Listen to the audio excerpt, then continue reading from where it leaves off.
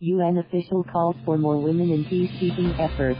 Manila, Philippines. A high-ranking official from the United Nations Truce Supervision Organization, UNTSO, called on nations, including the Philippines, to strengthen its efforts to have more women serve as peacekeepers around the world. I think left square bracket to right square bracket Philippines has so many fantastic women. So they, military and police, should send more to UN peacekeeping operations. They should have more females in your defense forces because it's the soldiers that meet and interact most of the time with the locals, so they need to have more of them. They need to have women on the lower levels.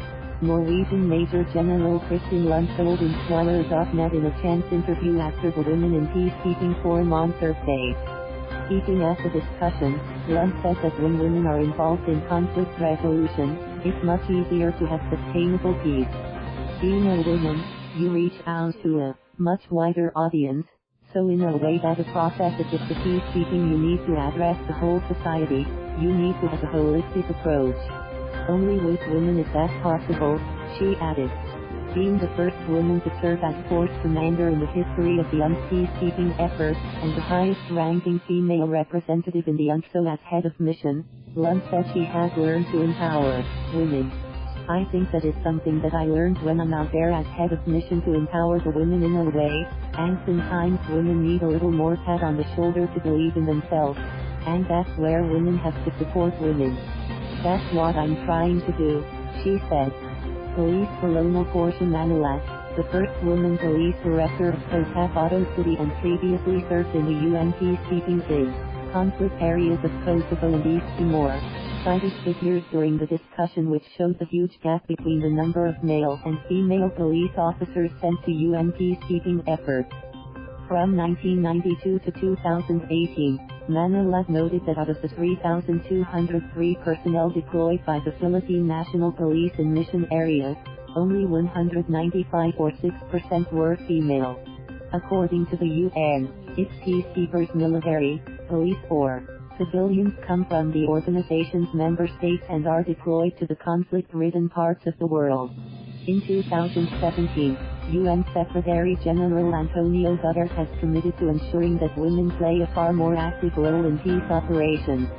Meanwhile, Office of the Presidential Advisor on the Peace Process, OPAPP, Undersecretary Gloria Mercado underscored the role of women in conflict resolutions in the Philippines.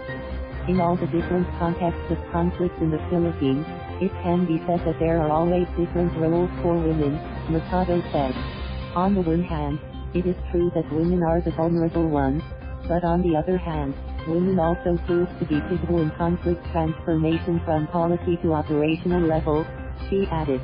It is by virtue of women being women that make crafting policy and execution of operational tactics effective in times of conflict. Mercado likewise called for strengthened participation of women in the formal security sector.